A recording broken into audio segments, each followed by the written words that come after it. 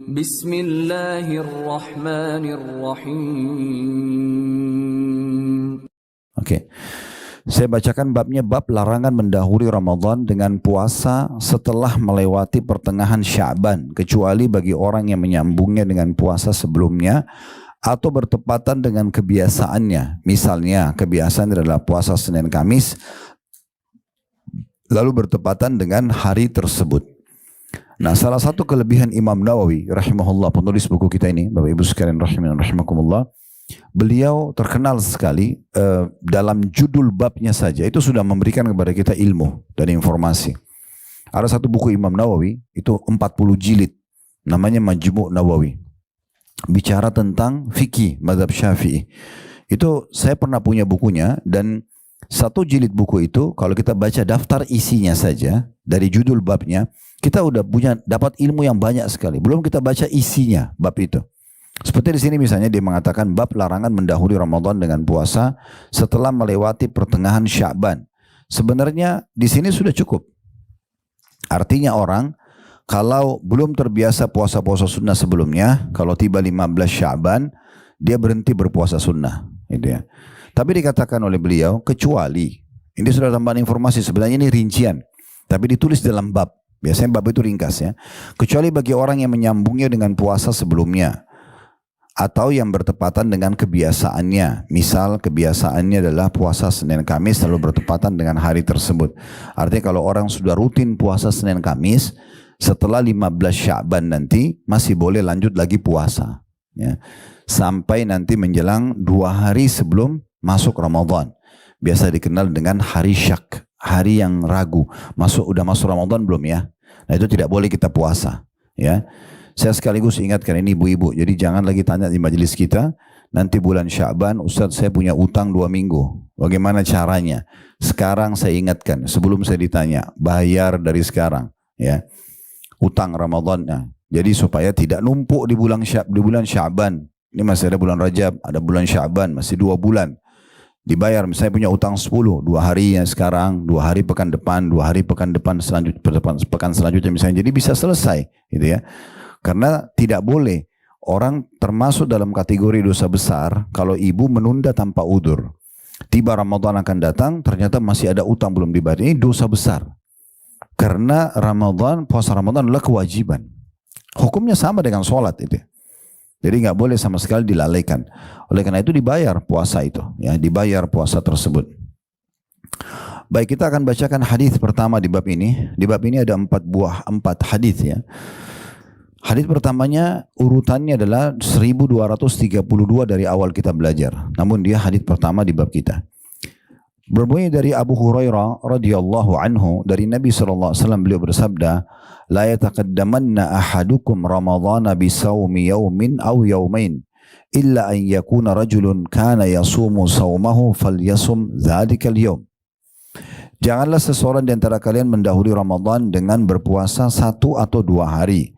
Kecuali bila seseorang memang biasa berpuasa di hari itu, maka silakan dia berpuasa di hari itu.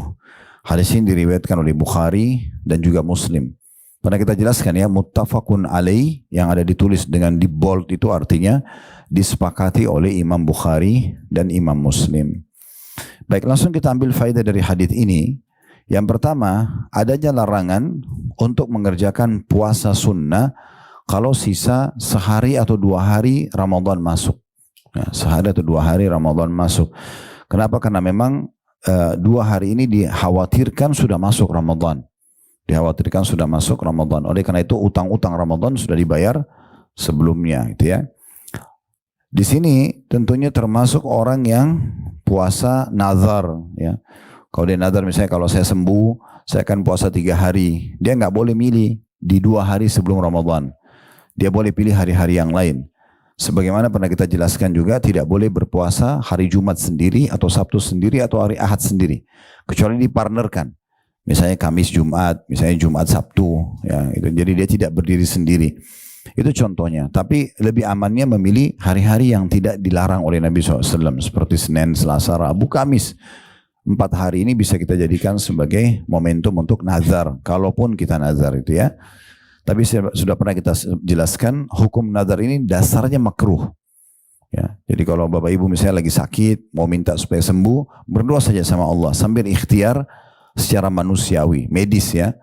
Kalau sembuh, kemudian setelah itu ibu dan bapak mau bersedekah, mau berpuasa sebagai tanda syukur kepada Allah, itu nggak ada masalah.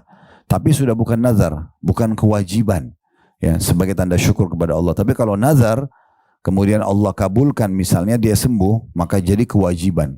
Hukum puasanya jadi wajib, hukum sedekahnya jadi wajib. Nah seperti itulah. Lalu dikatakan di sini dalam hadis ya, faedah yang kedua, kecuali bila seseorang memang biasa berpuasa di hari itu, maka silahkan dia berpuasa di hari itu. Contoh misalnya, masih diragukan apakah sekarang 2 hari lagi Ramadan ini akan masuk Ramadan atau belum. Bertepatan pada hari itu misalnya Senin. Dikhawatirkan besok akan masuk Ramadan atau lusa akan masuk Ramadan. 2 hari terakhir sebelum masuk Ramadan, karena masih akan melihat bulan ya. Maka di hari itu hanya boleh diizinkan oleh Nabi SAW orang yang rutin biasa puasa. Misalnya tadi saya bilang Senin ya, kemudian kemungkinan Ramadan masuk Selasa atau Rabu. Maka hari Seninnya dia masih boleh puasa. Tapi orang yang sudah rutin puasa sepanjang tahun. Bukan orang yang baru duduk di majelis ilmu, terus dengarkan keutamaan Senin Kamis, lalu dia mau terapkan puasa Senin Kamis di hari ini. Ini tidak dianjurkan ya.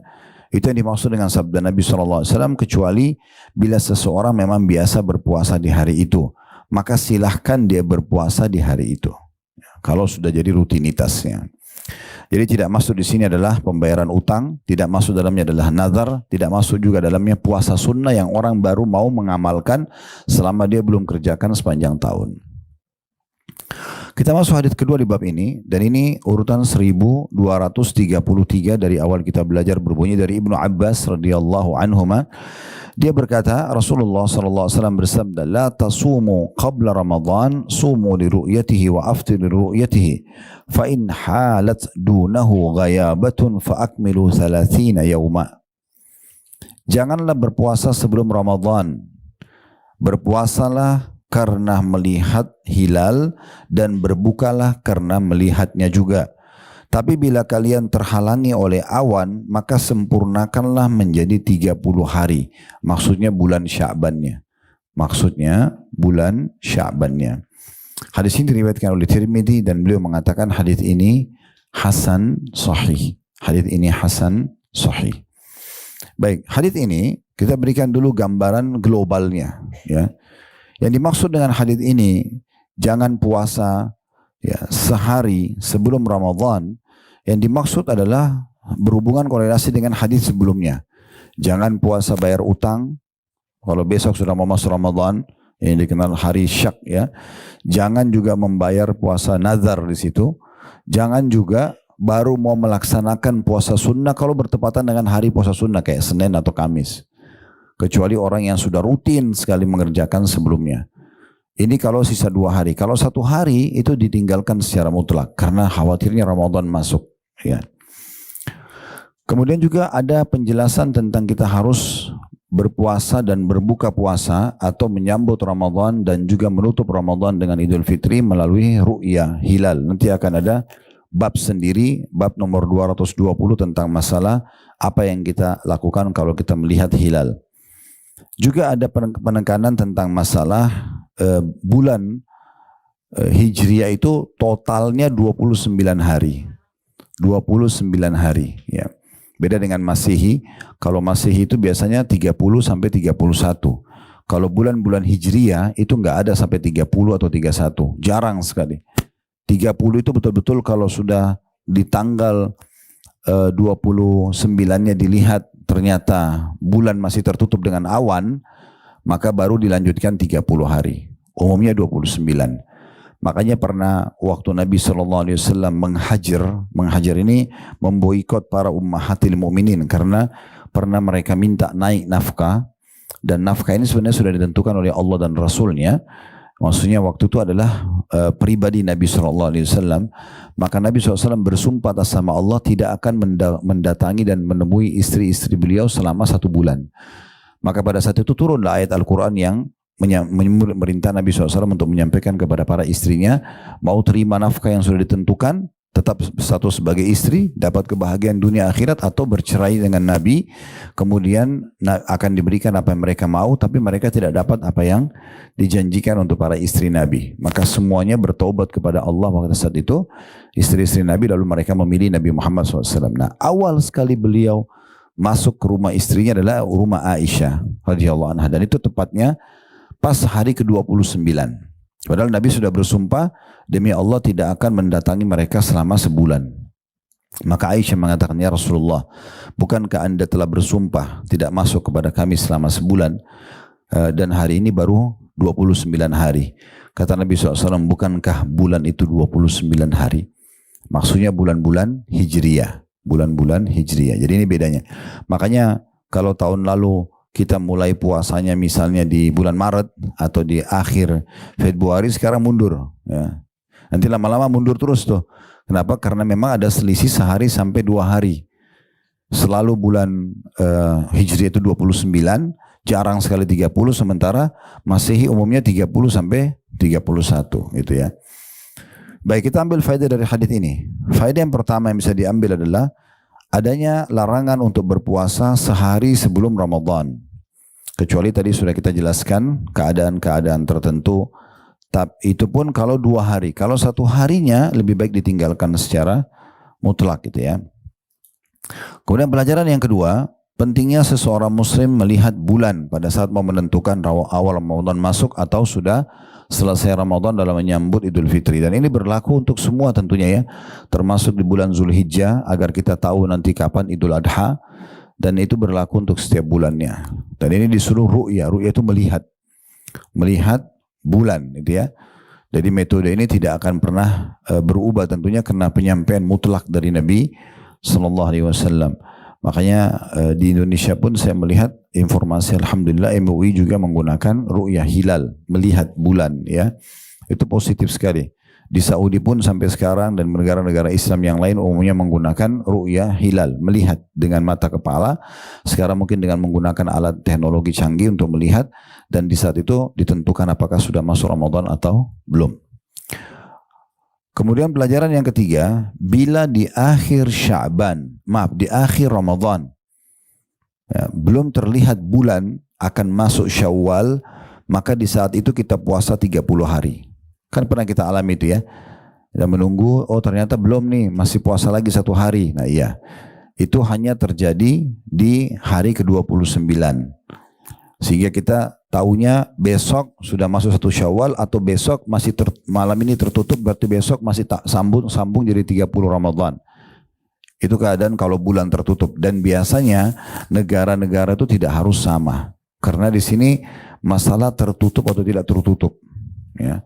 Jadi pendapat yang paling bijak dalam masalah ini adalah masing-masing negara punya hak untuk melihat bulan. Makanya normal misalnya kalau kayak Saudi lebaran duluan, kita belum lebaran itu biasa. Apalagi jarak kita cukup jauh ya, 9 jam pesawat kalau direct itu luar biasa itu. Yang jauhnya luar biasa gitu. Cuma kita mungkin kena nyaman di atas pesawat jadi kita nggak rasa. Padahal sebenarnya itu jaraknya jauh sekali. Kecepatan pesawat itu luar biasa itu ya. Sangat cepat, mungkin kalau kendaraan mobil itu udah luar biasa gitu ya. Nah, oleh karena itu berarti memang wajar sekali kalau sampai tidak sama. Kalau berpapasan sama, alhamdulillah langit lagi terang ya, maka itu umum-umum saja. Nah, kalau nanti ini bulan Februari ini kemungkinan banyak sekali negara-negara yang tertutup karena musim dingin. Ya. Kita di sini di Indonesia masuk musim hujan. Karena musim hujan kita ini terlambat. Harusnya Oktober, November yang berber ini sudah hujan, kemarin kita terlambat. Ini sekarang pun Desember masih jarang hujan itu ya. Berarti nanti dia hujannya tuh geser biasanya.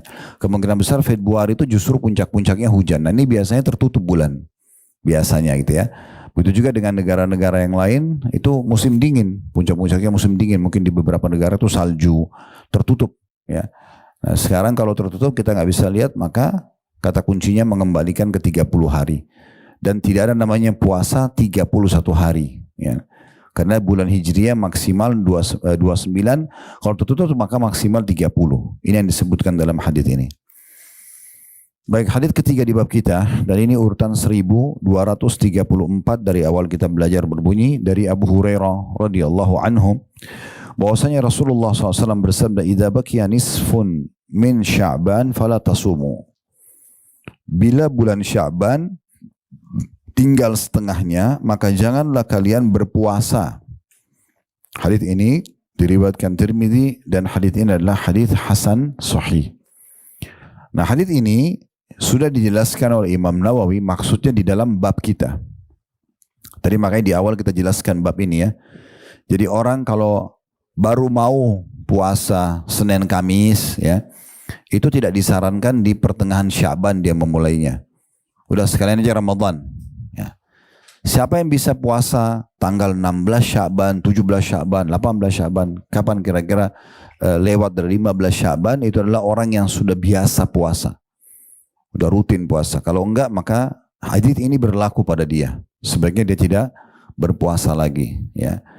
Tapi masuk di dalam hal yang dibolehkan adalah orang kalau membayar utangnya. Karena ada sebuah riwayat menyebutkan Aisyah radhiyallahu anha pernah membayar di bulan Sya'ban utang-utang Ramadan beliau. Tetapi ini bukan dijadikan alasan. Karena banyak muslim yang mengatakan Aisyah aja bayar utangnya di bulan Sya'ban. Bukan itu tolok ukurnya. Tolok ukurnya adalah ibu dianjurkan agar membayar utang dari mulai bulan Syawal selepas Idul Fitri tahun lalu, terus berlanjut itu Zulqa'dah, Zulhijjah, Muharram, Safar, Rabiul Awwal, Rabiul Tsani, Jumadil Ula, Jumadil Tsaniyah, kayak sekarang Rajab, kemudian Sya'ban, ini yang dianjurkan. Jadi sebenarnya panjang sekali, 11 bulan, 10 sampai 11 bulan bisa kita bayar utang. Artinya kalau ibu punya utang 10 hari saja misalnya, baru ibu bayar 1 bulan 1 hari, maka sudah selesai harusnya, gitu kan? Makanya yang dimaksudkan dalam hadis tersebut. Jadi ini bukan hadis berlaku mutlak ya. Bukan berarti mengatakan oh saya pun sudah rutin Senin Kamis, ya udahlah sekarang sudah tanggal 16 Sya'ban, saya nggak usah puasa lagi. Enggak, ini bagi orang yang baru mau memulai puasa. Kalau kita sudah terbiasa Senin Kamis, puasa aja sampai kurang lebih 1 atau 2 hari sebelum Ramadan. Nah seperti itu. Dikuatkan dengan hadis keempat di bab kita. Ini larangan atau korelasinya dengan hadis nomor 1234. Hadis ini 1235. Hadis keempat dalam bab ini dari Abu Yakzan Ammar bin Yasir radhiyallahu anhuma. Ammar sahabat, Yasir ayah sahabat. Kita bilang radhiyallahu anhuma. Beliau berkata, "Man shama al-yawma alladhi yushakku fihi faqad asa Abul Qasim alaihi salatu wassalam." Barang siapa yang berpuasa di hari yang diragukan, nah itu sehari sebelum Ramadan ya, maka dia telah durhaka kepada Abul Qasim sallallahu alaihi wasallam. Abul Qasim julukannya Nabi Muhammad sallallahu alaihi wasallam karena anak laki-laki pertama beliau namanya Al Qasim. Makanya Nabi dipanggil Abul Qasim, ya dikenalnya begitu. Hadis ini memberikan pelajaran kepada kita yang pertama tentunya kedudukan Ammar bin Yasir radhiyallahu anhu karena beliau menceritakan atau menyampaikan hadis atau riwayat ini kepada kita. Pelajaran yang kedua, adanya larangan dan dianggap durhaka atau bermaksiat kepada Allah dan Rasulnya bila seseorang sengaja berpuasa di hari yang diragukan, hari terakhir Sya'ban. Kemungkinan besar bisa masuk Ramadan, bisa juga tidak. Ya. Maka ini dianggap sebaiknya tidak berpuasa. Tadi pun saya sempat titik beratkan, kalau orang terbiasa pun puasa, usahakan dia berhenti 2 hari sebelum Ramadan. Ya. Jadi jangan di 1 harinya, 1 hari sebelum Ramadan itu masih kepepet sekali. Karena bisa saja udah masuk Ramadan. Dan ini nanti dikhawatirkan malah dia niatnya ibadah tapi berdosa kepada Allah dan Rasulnya. Ya, itu yang dimaksud dengan dia telah bermaksiat kepada Abul Qasim. Jadi pelajaran yang pertama kedudukan Ammar bin Yasir radhiyallahu anhu, yang kedua adanya larangan berpuasa 1 hari sebelum Ramadan, dan pelajaran yang ketiga pentingnya seorang muslim menggunakan kunyah, julukan. Jadi Bapak Ibu bisa menggunakan nama anak laki-lakinya yang pertama, ya. Misal nama anak Anda laki-laki pertama Ahmad, maka ibu bisa dipanggil Ummu Ahmad atau bapak bisa dipanggil Abu Ahmad, ya. Boleh nggak kita gunakan nama anak lain? Boleh saja, tetapi panduannya adalah anak laki-laki pertama. Kalau tidak ada maka pindah ke anak perempuan yang pertama, gitu ya. Makanya Nabi SAW dipanggil dengan Abul Qasim, julukannya. Orang-orang Yahudi pun memanggil beliau dengan julukan ini. bukan cuma umat Islam ya. Makanya pernah waktu Nabi SAW mendatangi satu orang anak muda Yahudi yang pernah membantu beliau, kemudian sakit keras akan wafat. Kemudian Nabi SAW datang lalu mengatakan, wahai anak muda, masuk Islamlah. Lalu dia lihat ke arah ayahnya, anak muda Yahudi ini lihat ke arah ayahnya. Maka ayahnya yang Yahudi mengatakan, ati Abul Qasim, patuhilah ayahnya Al-Qasim. Jadi mereka pun tahu karena nama Nabi, nama anak-anak Nabi, ya, nama orang tua Nabi itu disebutkan dalam kitab mereka dan mereka tahu. Makanya Allah mengatakan tentang Yahudi, ya'rifunahu kama ya'rifuna abna'ahum. Mereka mengenal Nabi Muhammad SAW sebagaimana mereka mengenal anak-anak mereka sendiri. Jadi memang ini luar biasa hal ini. Boleh nggak kalau saya belum menikah misalnya, atau saya belum punya anak, lalu saya memilih kunyah, memilih julukan, boleh? Aisyah pernah pamit kepada Nabi SAW untuk dipanggil dengan julukan Ummu Abdillah. Padahal Aisyah nggak punya anak. Maksudnya dia niat kalau nanti dia punya anak laki-laki dia akan namakan Abdullah. Lalu Nabi SAW izinkan. Makanya Aisyah pun kadang-kadang disebutkan Ummu Abdillah. Padahal beliau tidak punya anak. Nah, ini saking pentingnya untuk membawa nama anak tersebut. Ya, Allahu a'lam.